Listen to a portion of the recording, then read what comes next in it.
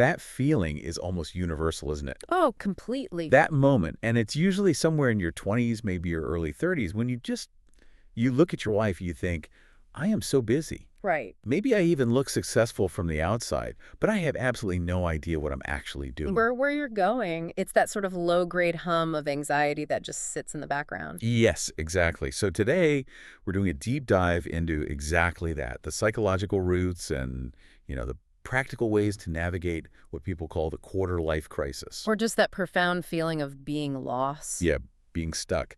We've pulled together sources from clinical psychology, sociological research on modern life, and our mission for you is to really understand what's going on under the hood, to see the system error, and maybe install a patch. I like that. Installing a patch. Okay, let's unpack this. When the source material talks about feeling lost, it isn't just one vague thing. It's actually like a specific cocktail of 4 different elements. Right. It's got ingredients. It does. So you have that deep internal uncertainty, the whole I don't know what I want feeling. Which then blends right into a lack of direction. Right. So I don't know my next step. What do I do tomorrow? Exactly. And then it gets, I think, a bit more nuanced. There's this feeling of low meaning where the things you're doing every day they don't feel important. They don't connect to a bigger picture. And then you throw in the last ingredient, which is maybe a most powerful one today. Social comparison. Crushing social comparison. The feeling that everyone else is ahead of me. And it's so critical to understand, and the research is really clear on this, this feeling is almost never a motivation problem. Absolutely not. You are not lazy. You don't just need to, listen to a motivational speech and hustle harder. So what is it? It's fundamentally tied to your life structure and your identity. Think of it like you're trying to navigate a dense forest, but you don't have a map or a compass. Right. And the world is shouting, keep moving. Yeah.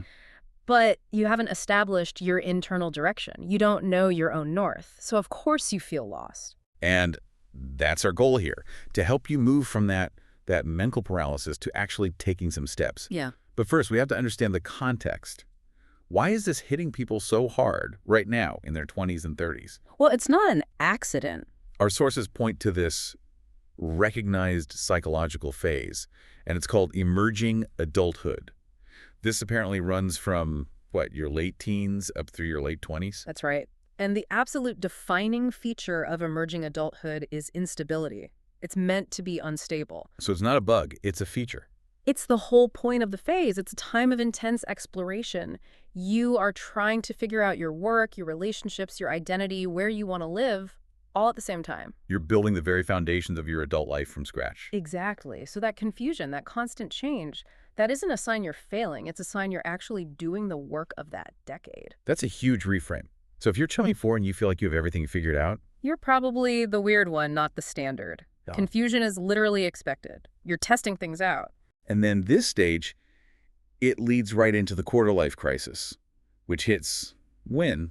Mid-20s to mid-30s. Yeah, and this is where the feeling shifts. The research shows it becomes less about exploration and more about questioning the choices you've already made. So you start to feel stuck or behind. Precisely. And it's often not some dramatic movie-style breakdown, is it? No, not at all. Yeah. The sources say it's usually this really quiet internal thing. You're just, making coffee one Tuesday and it hits you. I'm checking all the boxes I thought I was supposed to, but I don't feel any real purpose here. I'm just going through the motions. Exactly. So if that's the context, what are the big drivers? What turns that normal instability into a full-blown paralyzing crisis? Well, the research points to a few really powerful forces, and it all starts with identity. Building a clear sense of who you are, your values, your goals, the whole who am I question. Right. It's a core human task. Right. And the consequence of not having that foundation is just enormous. Yes. When your identity is unclear, every single decision feels like it weighs 1,000 pounds. Because you're afraid it's permanent. Yes. You don't want to pick a job because you think it defines your entire career. You don't want to pick a city because it feels like you're signing a 10-year contract. You're trying to design the roof of the house before you've even poured the foundation. That really lands. And it sets up the next driver perfectly, which is the paradox of choice. Oh, this is a big one. We just have too many options now. One paper called it an infinite buffet of life choices. Too many jobs, cities, lifestyles. And you'd think more choice is better, but it's not. It's the opposite. It triggers decision fatigue. You get this kind of preemptive regret where you're constantly thinking, but what if one of the other 100 choices was better? So even when you do choose, you're less satisfied with your choice. It's a perfect trap. And it's so important to hear that. Feeling lost is often just cognitive overload. It's not laziness. Your brain is trying to solve an impossible equation. And it gets even more impossible when you add in the next driver, because you're not just weighing your options. You're watching everyone else's. Loud social comparison. Deafening. It's constant. It's not like in the past where you just compared yourself to your neighbors. Now you're comparing yourself to the whole world's highlight reel. Promotions, engagements, perfect vacations, perfect morning routines. And it creates this completely false belief that everyone is ahead of me. It generates so much shame and confusion, even if your own life is actually progressing just fine. And that feeling, that shame, Yeah. it makes you pull away, doesn't it? It isolates you. It does, which leads straight into the next major driver, loneliness. We're seeing global health research from the WHO even showing that loneliness is just widespread, around 1 in 6 people worldwide. And younger adults report some of the highest rates. Wow. And loneliness creates this dark feedback loop. When you feel lost and you're trapped in your own head with it, the problems just feel bigger, darker. You feel like you're the only one. Exactly. Connection is like a solvent for anxiety. Without it, the uncertainty just hardens into paralysis. And then there's the really practical brass tacks driver, right? Yeah. The pressure for stability. The money, the housing. Yeah. A huge number of people feel lost because those basic adult benchmarks, a stable job, a home, savings, they just feel completely out of reach. Or they require this level of effort that is totally unsustainable. And that gap between working so incredibly hard and seeing such slow progress, it creates this intense self-doubt. You think, it must be me. I must be doing something wrong. When in reality, it's often massive external economic forces that are the real roadblock. So, okay, we have identity pressure, choice overload, comparison, loneliness, stability stress. How does this actually show up? What does it look like on the outside? I think it's worth reflecting on your own patterns here. Good idea. The sources list things like switching goals all the time, or on the flip side, having no goals at all, just kind of drifting. Overthinking tiny decisions, like spending an hour trying to pick a brand of toothpaste because you're so paralyzed. Yes, or that feeling of being numb, not excited about things. And a big one is avoidance, the I'll figure it out later mentality. But I think the most insidious sign is being busy but not feeling proud. Your calendar is full, you're doing things, but none of it adds up to a feeling of accomplishment. So your life can look totally fine, even great from the outside. While on the inside, you feel completely empty. And that feeling can change a bit depending on your age. There's a real shift between the 20s and the 30s. What's the difference?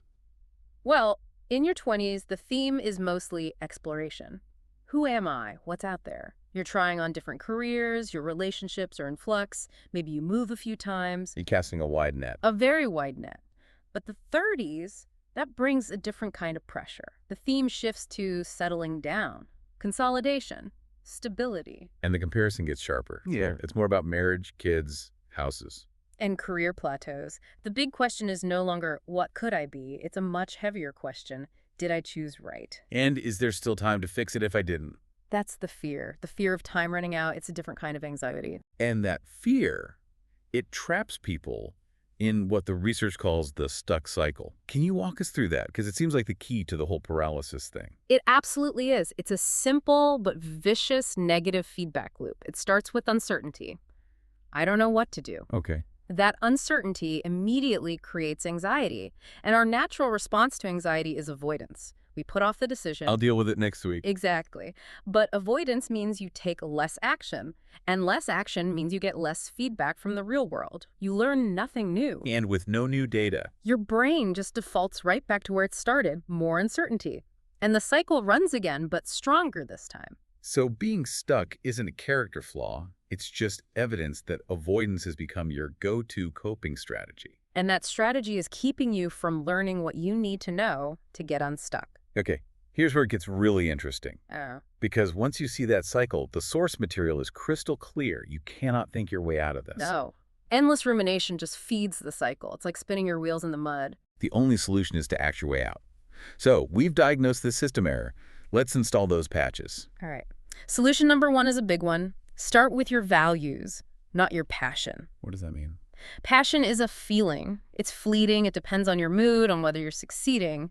But values, things like freedom, security, creativity, service, community, Hmm. those are stable. They're your anchors. So how do you find them? You ask yourself, when was the last time I felt really proud? Or engaged? Or just at peace? And you look at the circumstances of that moment. Were you proud because you helped someone? That's the value of service. Or was it because you solved a tough problem on your own? That's autonomy. I see. So you anchor to that value and it gives you a direction, regardless of the specific job title. Exactly. It's a much more reliable compass. Okay, I love that. So what's next? This one seems to be the antidote to the choice paralysis we talked about. Change the framing from perfection to experiment. This is critical. Stop looking for the one perfect, big, irreversible life path. It doesn't exist. Instead, you run small, low-stakes, reversible experiments. You don't have to quit your job and move across the world. The research suggests tiny tests. Take a short online course in something you're curious about. Volunteer for just 1 month in a new field. Do a bunch of informational interviews. Or even try a part-time project before you think about a full career change. The psychological power here is huge. It lowers the fear of failure to almost zero. Because it's just an experiment. It's temporary. And every experiment, successful or not, gives you that real-world feedback you need to break the avoidance cycle. You're finally getting new data. Okay, so values over passion, experiments over perfection. What's number 3? We have to address the background noise. And that means creating structure. When your days are formless, your mind is just adrift in anxiety. Structure doesn't solve the big identity crisis, but it quiets things down so you can think. We're talking about the basics here, aren't we? The absolute basics, but applied rigorously. A consistent sleep schedule, a simple weekly plan, and this is key. Pick 2 or 3 priorities for the week, not 20. Limiting the priorities reduces that daily decision fatigue. Massively, it frees up your mental energy to focus on the experiments that actually move you forward. And that leads right into solution 4, which is about mental hygiene. We have to actively control our comparison input. You have to curate your feed brutally. If your social media is a constant IV drip of other people's perfect lives, it is physically impossible to hear your own voice. You can't hear your own values. You can't find your own pace.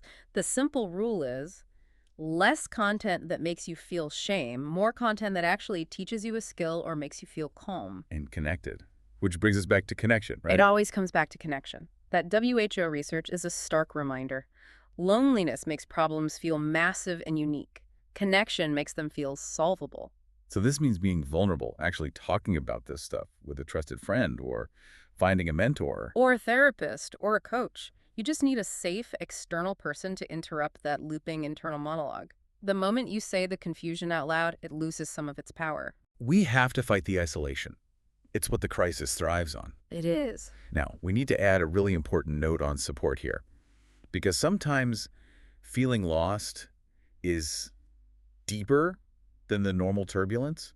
Sometimes it's tangled up with more serious mental health struggles. And it's important to know the signs. We're talking about constant hopelessness, severe sleep problems that go on for weeks, frequent panic symptoms. An inability to function at work or school. Or, and this is critical, any thoughts of harming yourself. If you are experiencing any of that, it's a sign that professional support is not just helpful, it is absolutely essential. And we have to stress this. Seeking that support does not mean you are weak. It doesn't mean you failed. It means you are smart. It means you're proactive, and you deserve the specialized support to get through a profoundly difficult time. Well said. So, after all this, what does it all mean? What's the big takeaway? I think when you combine all the research on identity, on choice overload, on loneliness, the conclusion is actually pretty simple, and I think pretty hopeful. Feeling lost in your 20s or 30s is a normal response to an abnormal amount of uncertainty and pressure. It's the system working correctly under impossible conditions. The central lesson from all these sources is that the way out isn't to think harder. The solution is action, but it's a specific kind of action. Small, low-stakes experiments. Creating basic, non-negotiable structure in your day. And forging honest connections so you're not in it alone. You have to act your way into clarity. You can't find it by just sitting and thinking. So, to leave you with a final thought, if you view your current state not as a crisis, but as a grand experiment, what is the one single low-stakes variable you would test in the next 7 days? That's the first step. That is the definitive small step out of the stuck cycle.